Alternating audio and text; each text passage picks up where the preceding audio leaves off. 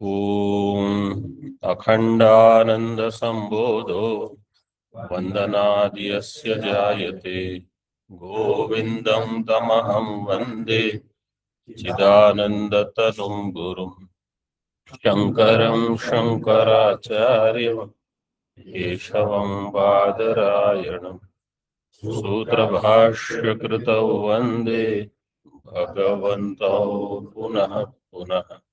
ईश्वरो गुरुरात्मेति मूर्तिभेदविभागिने व्योमवद्व्याप्तदेहाय दक्षिणामूर्तये नमः। ओम शांति शांति शांति।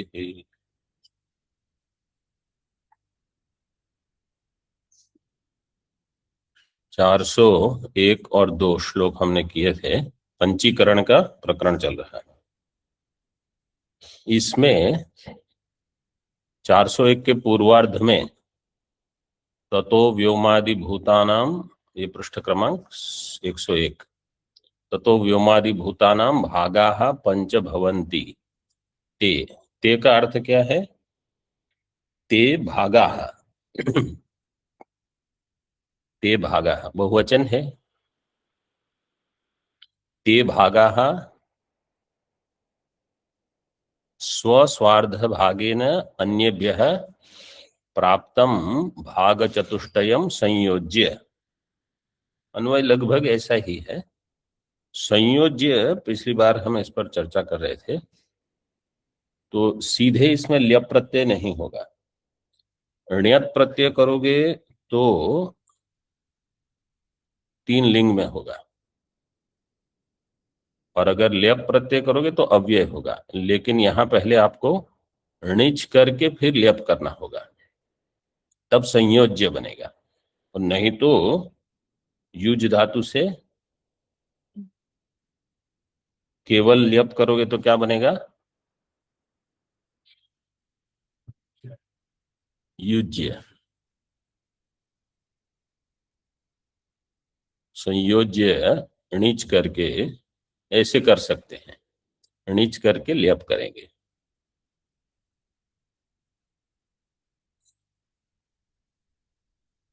संयोज्य स्थूलताम यान्ति व्योमादीनि यथाक्रमम। आगे अमुष्य पंचीकरण से अप्रामाण्यम न शंक्यताम। इस पंचीकरण के अप्रामाण्य की शंका नहीं करनी है। अमुष्य में क्या सूत्र लगेगा? प्रातिपदिक क्या है? नए हाँ, आप लोग बोलिए। आप लोग अभी नहीं हुआ, आप बोलिए। अमुष्य में क्या प्रातिपदिक होगी?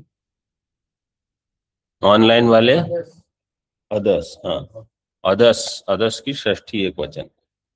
क्या सूत्र लगेगा? अदसो से दादु दोमा। दकार का मकार हो जाएगा और अकार का उकार, तो मुंह हो जाएगा। फिर आदेश प्रत्यय से अमुष्य। ठीक है, अब आगे देखिए। ननु पंचीकरणम नो तुनोक्तम श्रुतिषु कुतस्तस्य प्रामाण्यम इत्याशंक्य आह। श्रुति में तो कहीं पंचीकरण बताया नहीं है, तो उसके प्रामाण्य कैसे होगा उसका? उपलक्षणमस्यापि तत्त्रिवृत्करण श्रुतिः पंचानामपि भूतानां श्रूयतेऽन्यत्र संभवः।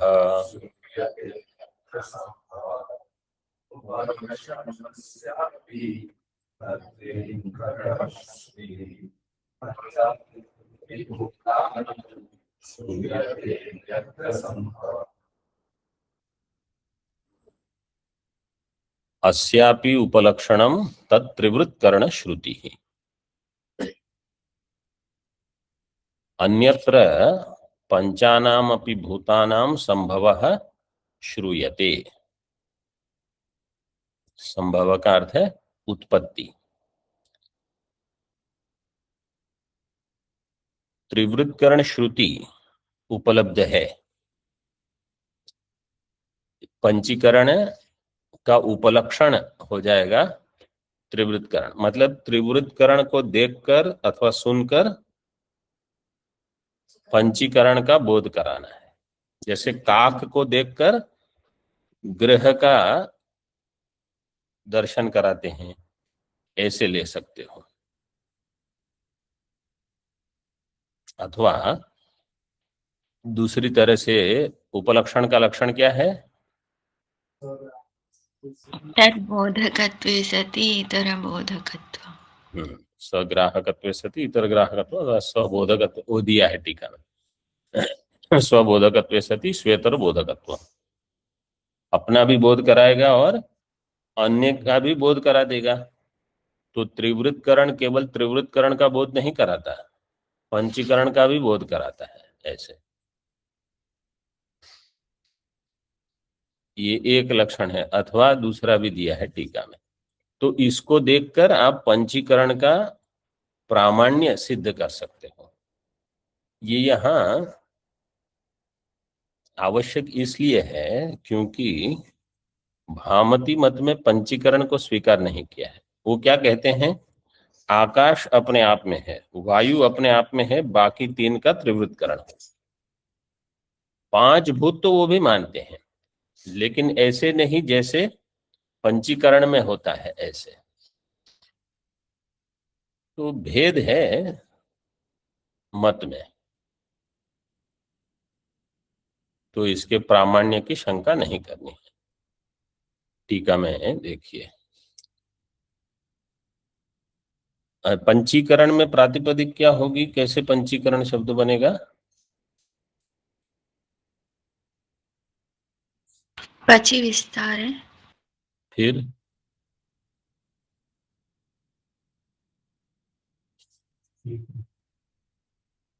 कृ धातु ल्युट प्रत्यय। पंचन शब्द से बनेगा वो।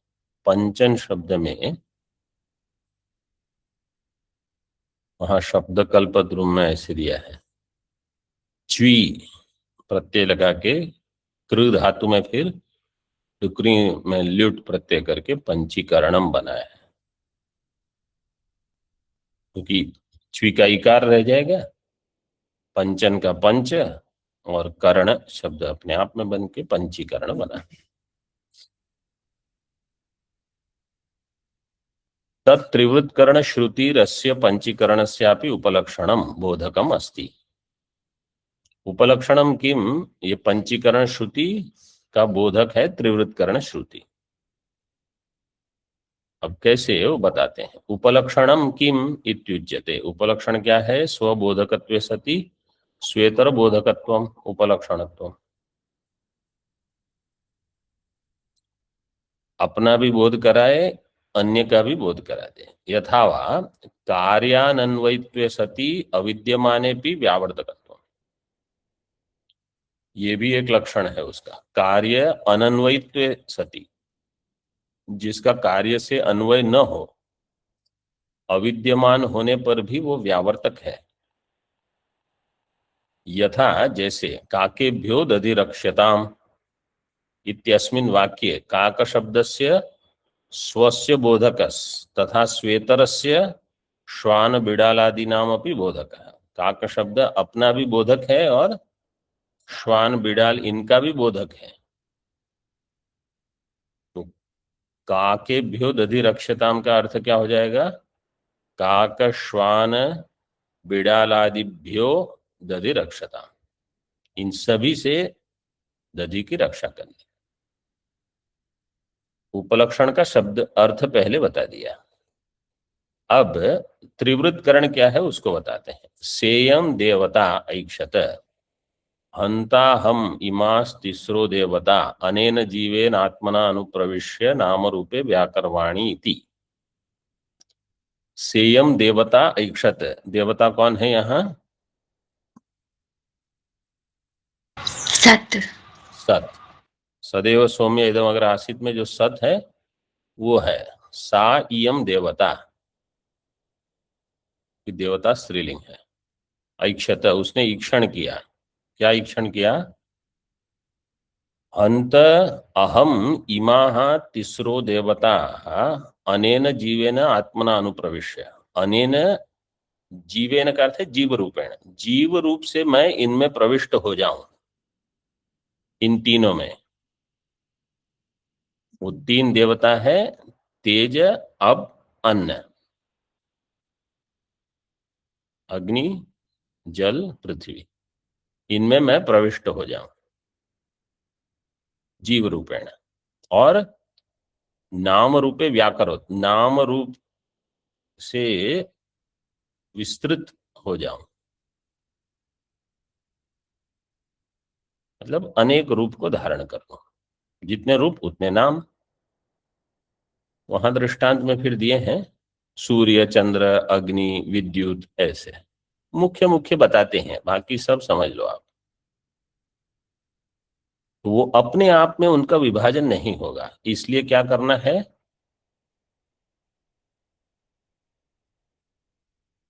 सत को उसमें प्रवेश करना है। आभा चैतन्य, ये जो प्रवेश है वो है चिदाभास की उपलब्धि। जहां कहीं भी प्रवेश श्रुति होती है, वो प्रवेश का अर्थ क्या है कि शुद्ध चेतन चिदाभास रूप में अभिव्यक्त हो गया। चिदाभास रूप से अभिव्यक्त होने से ज्ञान के लिए ये द्वार बनेगा, इसके द्वारा आप शुद्ध चैतन्य को जान सकते हो। अगर चिदाभास रूप से परमात्मा उपलब्ध नहीं होते तो उनका ज्ञान ही कभी नहीं होता। तो इस प्रकार से उपलब्ध होते हैं।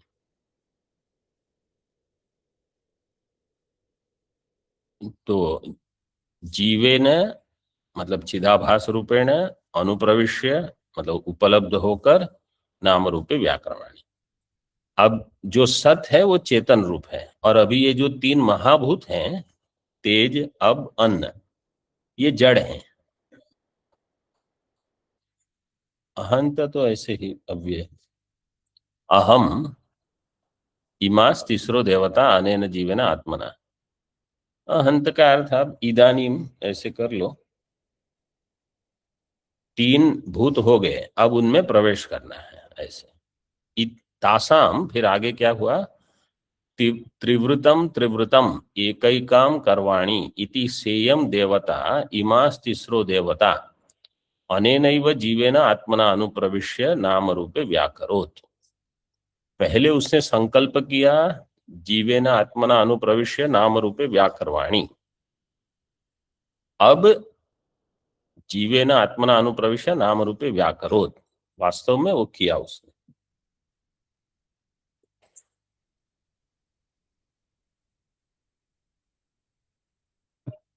कैसे, तासाम त्रिवृतम त्रिवृतम एकैकाम करवाणी, तासाम एकैकाम, प्रत्येक को मैं तीन तीन में विभाजन कर दूंगा। करवाणी का कौन सा रूप है, लोट लगा, कौन सा पुरुष, उत्तम पुरुष, मैं करूंगा ऐसे। तो तासाम एकैकाम, उन प्रत्येक को मैं तीन तीन में विभाजन कर दूंगा। ये त्रिवृतकरण का प्रमाण हो गया, नाम रूपे व्याकरण। इति सामवेद श्रुतिषु त्रिवृतकरणम श्रूयते। ये सामवेद श्रुति में त्रिवृतकरण बताया है। सामवेद की कौन सी श्रुति, छांदोग्य, कौन सा अध्याय, षष्ठाध्याय। तो वहां लिखना है तो लिख। तत्र तेजोबन्नानां स्वास्वार्ध भागेनान्येभ्यः प्राप्तं भागद्वयं संयोज्य तेजोबन्नाः स्थूलतां यान्ति। अब ये पूरे भाष्य में वहां तेजोबन्न तेजोबन्न ये शब्द बार बार आता है। तेज, अप, अन्न, तो तेजोबन्न बहुवचन करके अन्ना, तेजोबन्ना। हाँ, उनको स्थूलता कैसे प्राप्त होगी, मतलब पहले सूक्ष्म थे, अपंचीकृत अथवा अत्रिवृतकृत थे, अब त्रिवृतकृत हो गए, स्थूल हो गए। कैसे, स्व स्व अर्ध भागेन अन्यभ्यः प्राप्तम भागद्वयम।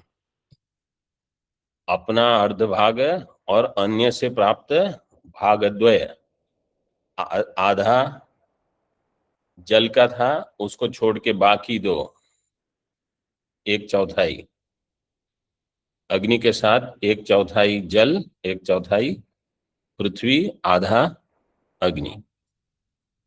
तो 50% अपना, 25-25 दो अन्य का मिलके 100% हो जाए। ये स्थूल हो गए।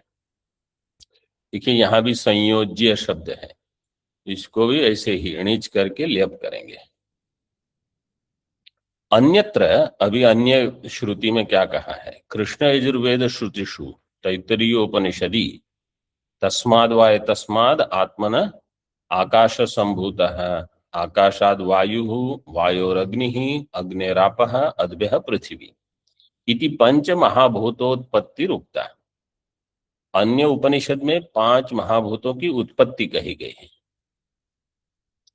तो एक जगह है त्रिवृत्करण, 3 महाभूत और त्रिवृत्करण, अन्य में 5 महाभूत, इसको मिला के पंचीकरण बनाते हैं। पंचानाम भूतानाम अपि संभवः, संभव का अर्थ है उत्पत्ति ही, श्रूयते इति तस्मात् त्रिवृत्करण श्रुति ही पंचीकरणस्य उपलक्षणम भवति। त्रिवृत्करण श्रुति पंचीकरण का उपलक्षण हो जाएगी। ततः प्रामाणिकं पंची करणं मन्यतां बुधैः प्रत्यक्षादि विरोधः स्यादन्यथा क्रियते यदि।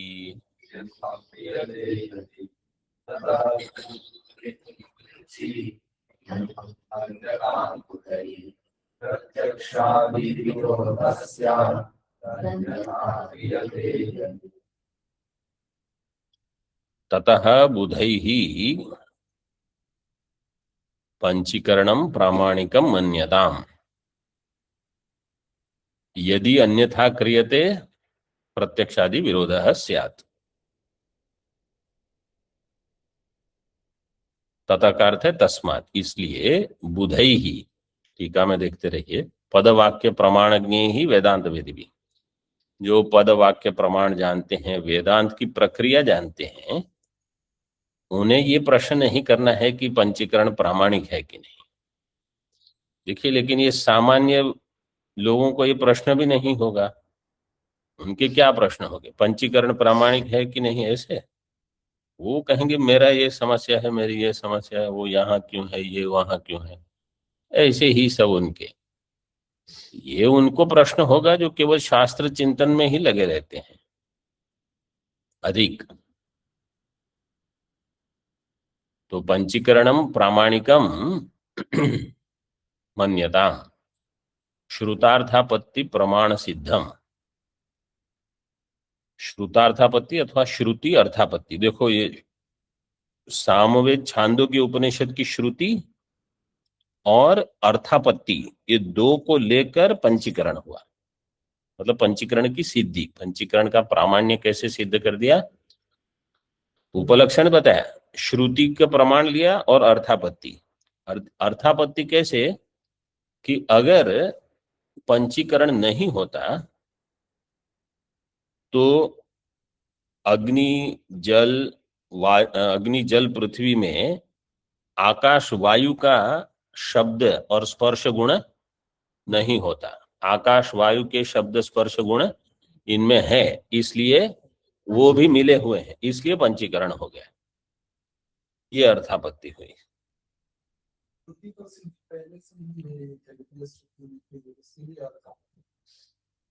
नहीं, श्रुति अर्थापत्ति का अर्थ क्या है तो वेदांत परिभाषा में बताया है। एक होती है लौकिक अर्थापत्ति। अर्थापत्ति के लिए कुछ तो प्रमाण चाहिए आपको, फिर उसको लेकर आप और विचार करोगे। जैसे देवदत्त का दृष्टांत देते हैं कि दीवाना भूंगते तथापि पीनः दृश्यते। तो दृश्यते मतलब प्रत्यक्ष तो देवदत्त दिख ही रहा है मोटा, तब आप अर्थापत्ति करोगे। तो कुछ तो आपको ज्ञात होना चाहिए। तो अभी पंचीकरण विषय में ज्ञान कहाँ से आप लोगे? श्रुति से, कि त्रिवृत्करण तो वहां बताया है, लेकिन केवल वहीं सीमित नहीं करके उसको आगे भी ले जा सकते हैं ऐसे। तो श्रुति को लेकर अर्थापत्ति, श्रुति अर्थापत्ति प्रमाण सिद्धम वाम अन्यताम यदि अन्यथा क्रियते। अन्यथा करणम का दूसरा अर्थ क्या होता है? अन्यथा करण का अर्थ है इसका निषेध करना, विरोध करना। जब किसी ने कुछ कहा तो आपने उसको अन्यथा कर दिया। अन्यथा कर दिया मतलब आप उसका विरोध करते हो, आप उसको निषेध कर देते हो।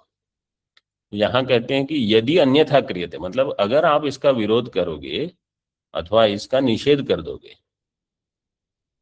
जिसका अर्थ क्या है? पंचीकरण के प्रामाण्य की शंका अगर करोगे, पंचीकरण से प्रामाण्यम शंक्यते यदि तरही, तो क्या होगा?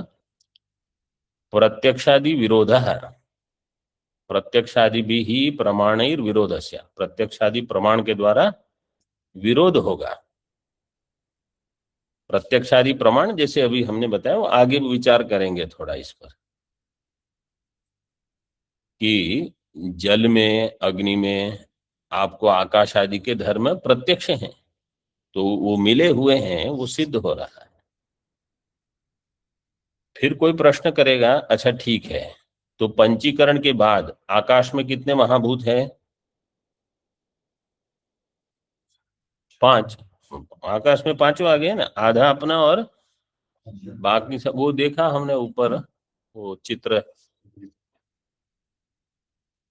जो चतुर्थ जो है पंचीकृतम वाला, वो देखिए उसमें दिए हैं। तो उसमें है। हाँ, तो देखिए उसमें पंचीकृत में क्या है? 5 हैं। आकाश में भी 5 है, वायु में 5, सभी में 5 है। तो केवल पहले वाले को आपने आकाश नाम दे दिया, दूसरे को वायु, अब सबको एक ही नाम से बुला लेते हैं। तो इसलिए वहां उद्धरण दिया है, वैशेष्यात् तो तद्वादस तद्वादः इति न्यायात्। ये ब्रह्म सूत्र है, संख्या आप लोग ढूंढ लेना, 2 4 ऐसे नहीं, मतलब कुछ तो ठीक है, अभी बता देंगे, कोई ना कोई तो बता ही देगा। ये सूत्र किस लिए है? 2 चीज को बताता है। एक तो ये सूत्र से पंचीकरण प्रामाणित हो जाता है, मतलब भगवान वेद व्यास जी की सम्मति है इसमें। और दूसरे, आकाश में 5 भूत होने पर भी, पंचीकृत आकाश में 5 भूत होने पर भी आकाश जो है वो 50% है, मतलब उसका विशेष है। इसलिए वैशेष्यात् तु तद्वाद है, तो उसका वाद मतलब कथन, उसको आकाश कहा गया। जल में वायु में 50% वायु है, बाकी थोड़े थोड़े अन्य है, इसलिए उसको कहा गया वायु। तो तद्वाद का अर्थ है इस प्रकार से कथन हुआ है। और ये तद्वाद सद्वाद है 2 बार क्यों दिया? End of the pada.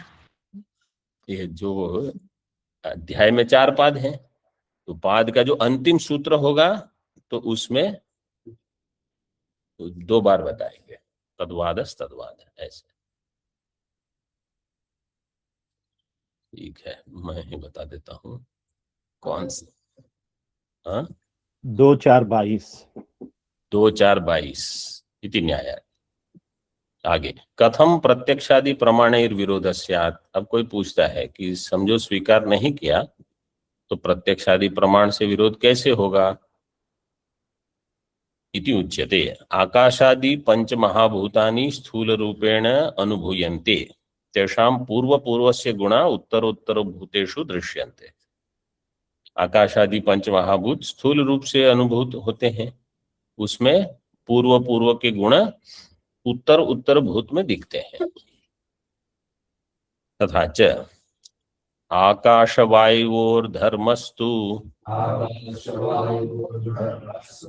वह्न्यादावुपलभ्यते यथा तथाकाशवायोर् नाज्ञादेर्धर्म ईक्ष्यते।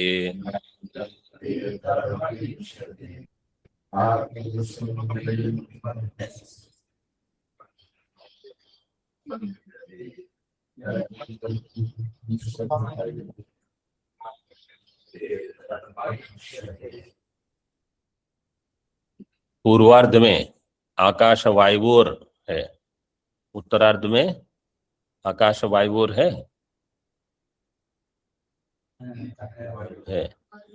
हाँ, अब आपको बताना होगा क्या विभक्ति है। गलत। और अभी आप मत बताना, और कोई बताएंगे। गलत। करेक्ट, सही। पंचमी में कहा द्विवचन में ध्यान होता है वो।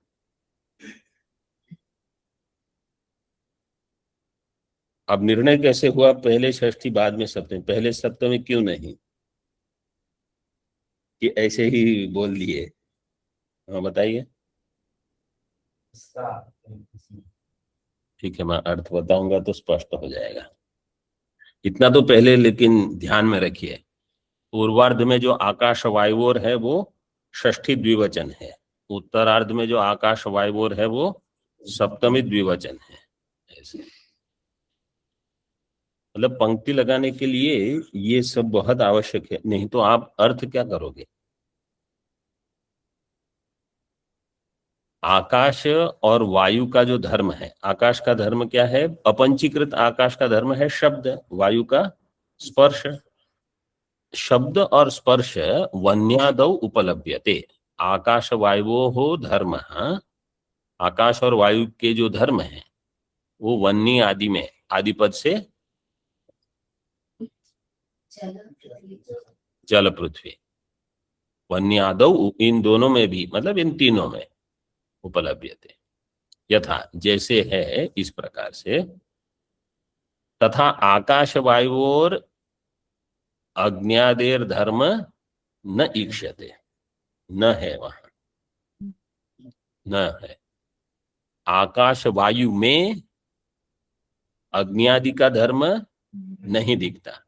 जैसे आकाश वायु का धर्म अग्नि आदि में दिखता है, वैसे अग्नि आदि का धर्म आकाश वायु में नहीं दिखता। इसलिए उत्तरार्ध में सप्तमी, पूर्वार्ध में षष्ठी। ऐसे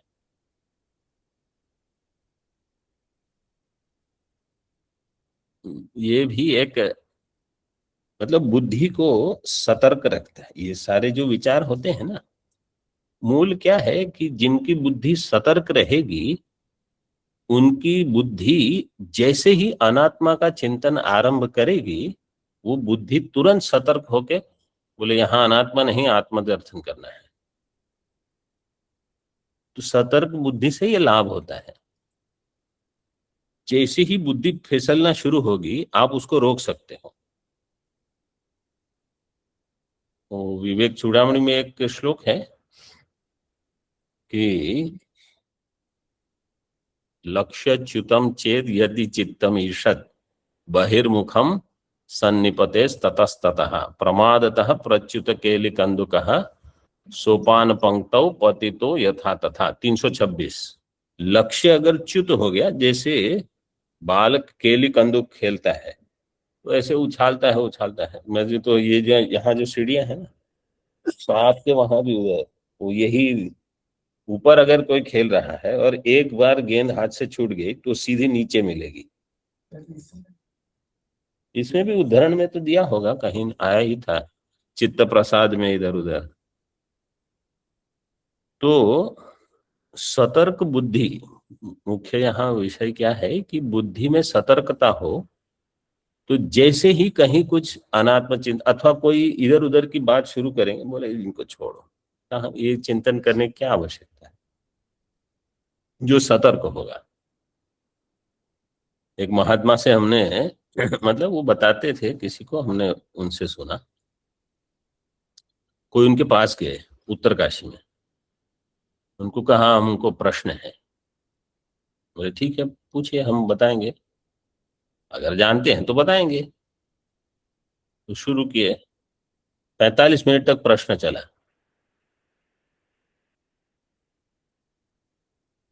फिर उनको पूछना नहीं था, उनको केवल बताना था, हम ये जो भी उनका विषय हो। तो वो चले गए। महात्मा कहा बहुत अच्छा है, सब आप स्पष्ट है आप। फिर किसी ने उनको पूछा कि आप 45 मिनट तक इनको सुन रहे थे? बोले 2-3 मिनट में ही मैं समझ गया।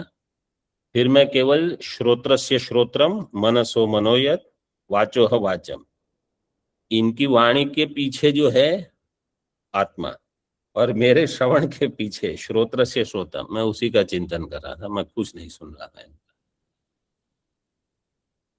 ये सतर्क बुद्धि है ना, वो कहाँ जा रहे हैं, ये सब की क्या आवश्यकता है? तो चिंतन आपका मुख्य ध्येय क्या है? अगर किसी को प्रश्न है तो वो 2-3 मिनट में प्रश्न कर लेंगे, उनको 45 मिनट बोलने की क्या आवश्यकता है? सामान्य व्यक्ति और जो विशेष महात्मा, उनमें यही भेद है। हम भी वही पढ़ते हैं, वो भी वही पढ़ते हैं, प्रस्थान त्रय तो सबके पास है, साधन भी सभी लगभग समान ही करते हैं, तो उनमें और हम में क्या भेद है? यही भेद है।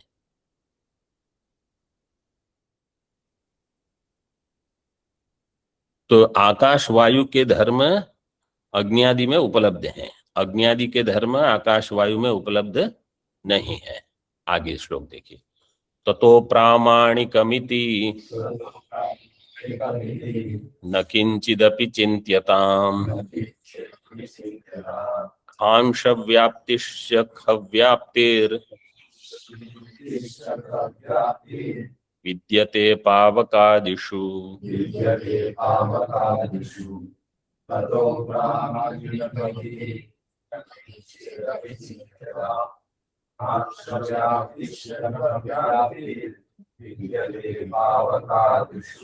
ये भगवान भाष्यकार ने श्लोक में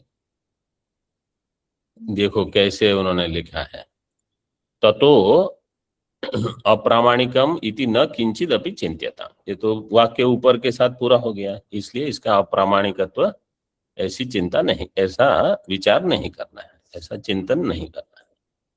आगे कहा खांश व्याप्तिश्च खव्याप्तिर पावकादिषु विद्यते। अब ये खांश क्या है? आकाश अंश। आकाश सांश है कि निरंश है? तो खांश क्या होगा?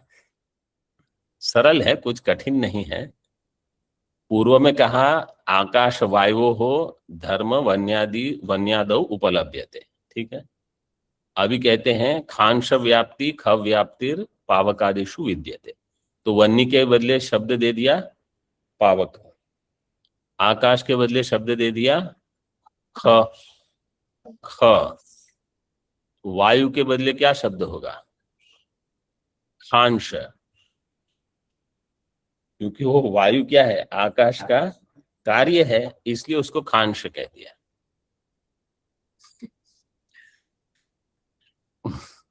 जैसे देखो भगवान मतलब सुंदर तरीके से, अब उनको अनुष्टुप छंद में भी बिठाना है ना।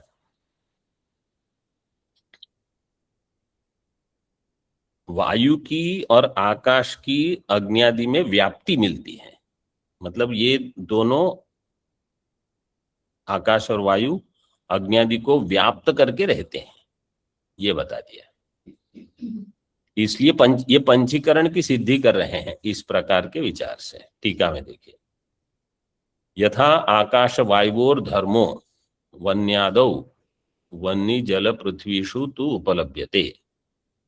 आकाश और वायु का जो धर्म है वो वन्यादि में उपलब्ध होता है। तथा अज्ञादेहे मूर्तभूतस्य धर्मस्तु अमूर्त भूतयोर आकाश वायुओर न इक्षते।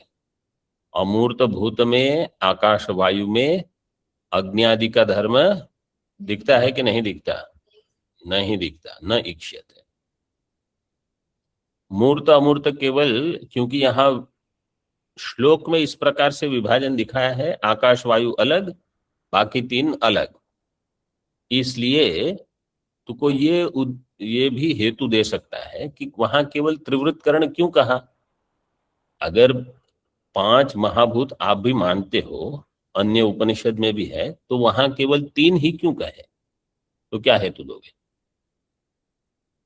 बोले मूर्त महाभूत को लेकर विचार किया है, अमूर्त को लेकर विचार नहीं किया है, यह भी हेतु हो सकता है। ये बृहदारण्यक में इस प्रकार से मूर्तामूर्त ब्राह्मण में बताया है। देखिए यहाँ लिखा है, अमूर्त महाभूते आकाश वायु, आकाश वायु द्विवचन, मूर्त महाभूतानि अग्नि जलम पृथ्वी, तो अग्नि जल पृथिव्यः, ये 3 मूर्त महाभूत हो गए। तो केवल मूर्त महाभूत को लेकर वहां विचार हुआ है, फिर अमूर्त को आप ले सकते हो आगे। आगे कोष्ठ देखिए,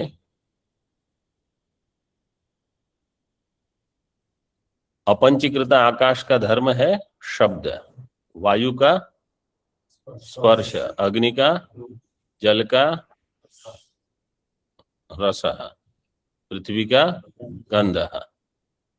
पंचीकृत महाभूत में आकाश का शब्द ही रहा, वायु में शब्द स्पर्श, मतलब अपना धर्म, अपना गुण और अपने कारण का गुण। आकाशवत कहने के बदले कारण का गुण कहोगे तो वही वाक्य सभी में लग जाएगा, सामान्य लक्षण बन जाएगा। अग्नि में अपना गुण क्या है? रूप, और कारण के गुण शब्द स्पर्श। इसको कहते हैं कारण गुण प्रक्रमणम। कारण के गुणों का कार्य में प्रक्रमण होना, नीचे शायद दिया होगा, दिया हो तो लिख लो।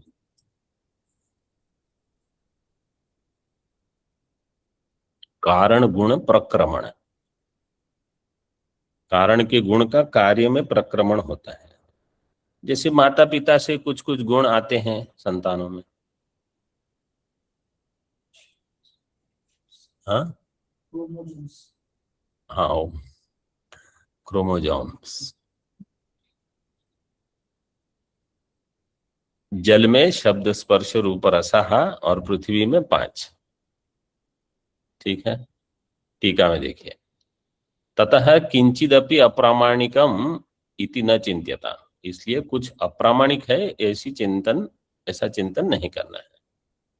पावकादिषु मूर्त महाभूतेषु, पावकादि मूर्त मूर्त महाभूत है, उसमें खांश्च व्याप्तिश्च, नहीं खांश व्याप्तिश्च, खांश क्या है? वायु हो व्याप्ति ही। वायु के लिए खांश क्यों कहा? आकाशस्य अंशत्वात् वायुरेव खांशः। ख व्याप्तिश्च, और आकाश की व्याप्ति भी देखी जाती है, विद्यते दृश्यते, आकाशाद वायु वायुरग्नि इति च। ये तैत्तिरीय की श्रुति है, ब्रह्मानंद वल्ली के।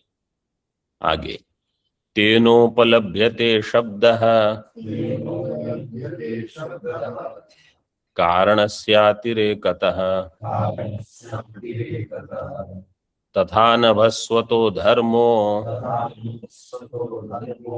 व्यज्ञादावुपलभ्यते।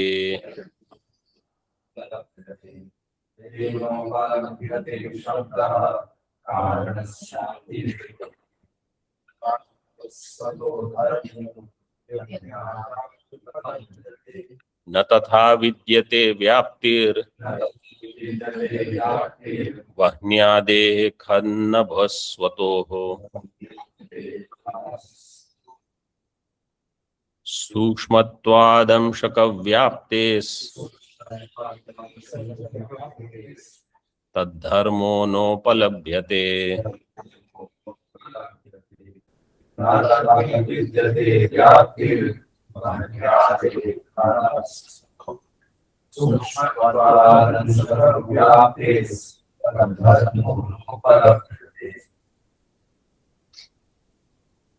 आपका क्या प्रश्न था?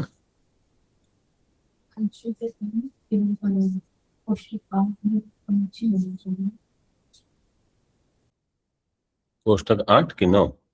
अच्छा 8 में, हाँ पॉइंट प्र हो गया है।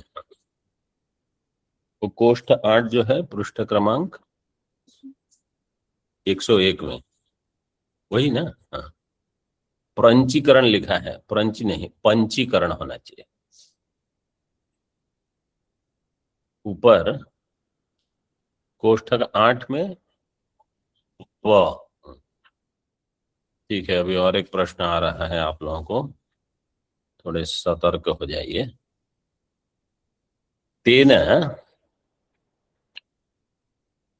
कारणस्य अतिरेकतः शब्द उपलभ्यते।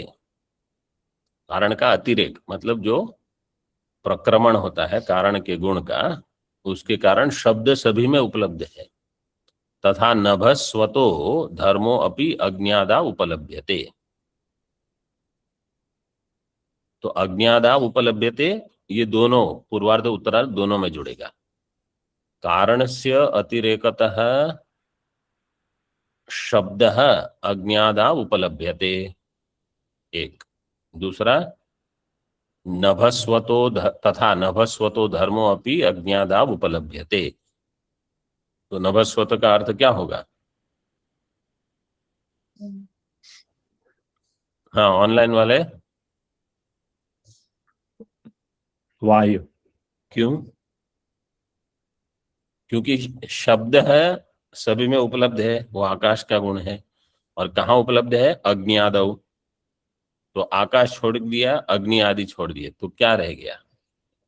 जो नभ स्वतः मतलब नभ का आकाश का ही परिणाम है। ऐसे वास्तव में वो आकाश का परिणाम नहीं है।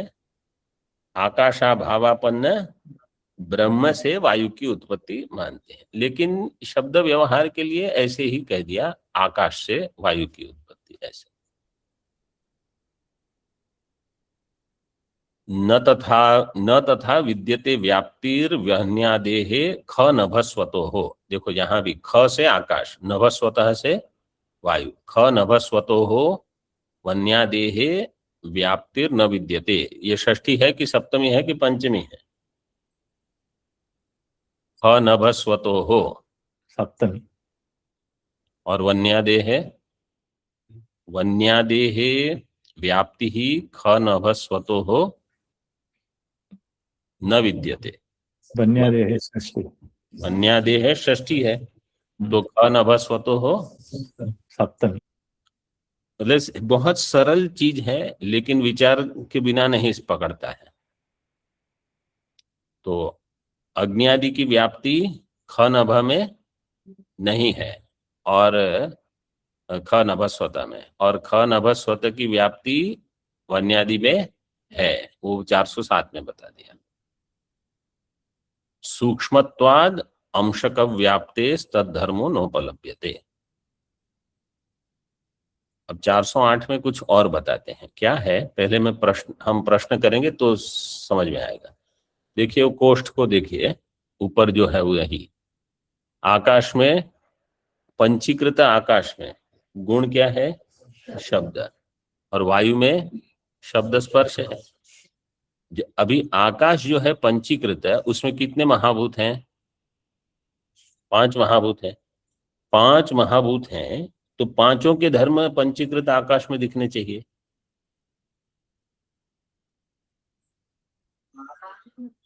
कार्य शब्द प्रश्न समझ में आ गया ना? कि 5 महाभूत सभी में है, तो वहां आपको आकाश में भी कुछ गंध हो, क्योंकि पृथ्वी है वहां, वहां कुछ स्पर्श हो जाए, कुछ नहीं है।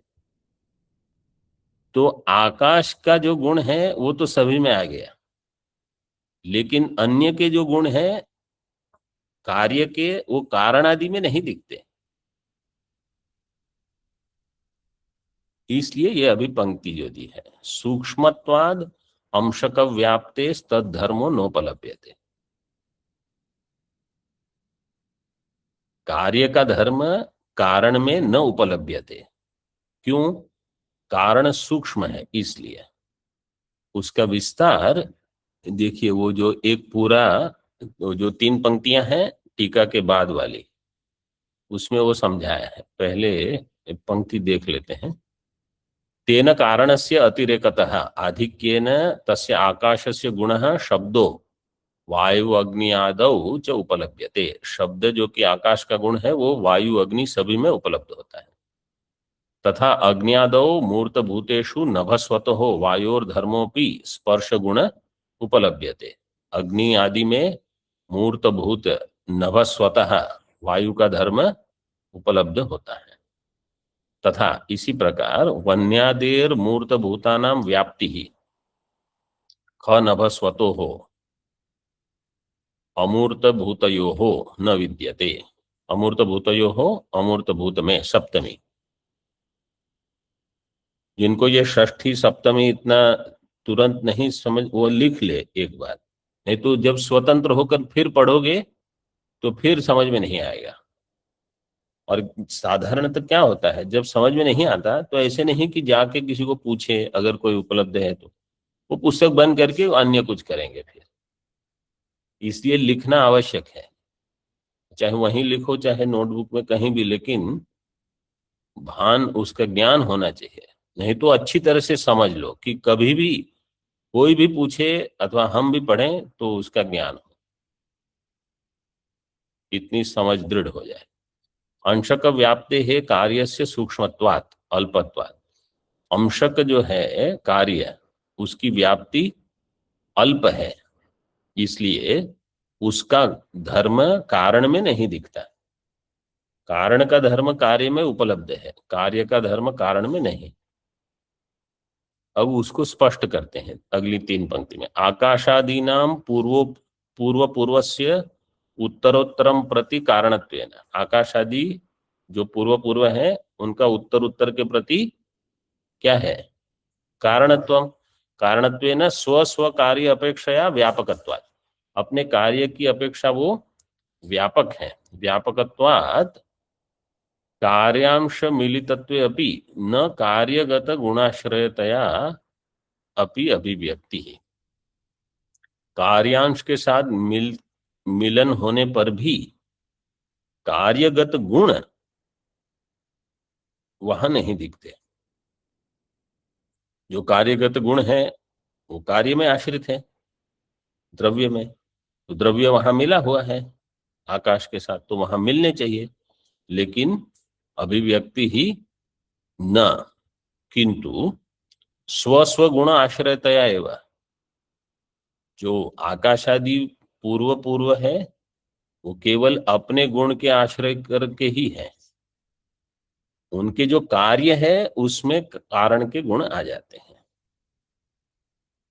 तथा कार्याणाम स्व कारण अपेक्षया अल्पत्वात्। कार्य अपने कारण की अपेक्षा अल्प, अल्प का अर्थ है अल्प व्यापक होने से अथवा कम सूक्ष्म होने से तेषां कारण भाग सम्मिश्रितानां कारण गुणाश्रयतयापि भवति अभिव्यक्ति रीति। कार्य में अपने कारण की अपेक्षा स्वल्प व्यापक है, इसलिए कारण भाग से जब वो सम्मिश्रित होते हैं, कारण भाग सम्मिश्रितानाम कार्याणाम, कार्य का वो विशेषण है। कारण गुण आश्रतया अपि भवति अभिव्यक्ति, उसकी अभिव्यक्ति होती ही है। ऐसे ओम, ये स्पष्ट हो गया ना कि आकाश में क्यों शब्द ही रहा पंचीकरण के बाद भी, जबकि पृथ्वी में 5 आ गए। ये उसका हेतु है। ओम पूर्णमदः पूर्णमिदं पूर्णात् पूर्णमुदच्यते पूर्णस्य पूर्णमादाय पूर्णमेवावशिष्यते। ओम शांति शांति शांति। शंकरं शंकराचार्यं केशवं बादरायणं सूत्रभाष्यकृतौ वन्दे भगवन्तौ पुनः पुनः। ईश्वरो गुरुरात्मेति मूर्तिभेद विभागिने व्योमवद्व्याप्तदेहाय दक्षिणामूर्तये नमः। ओम शांति शांति शांति।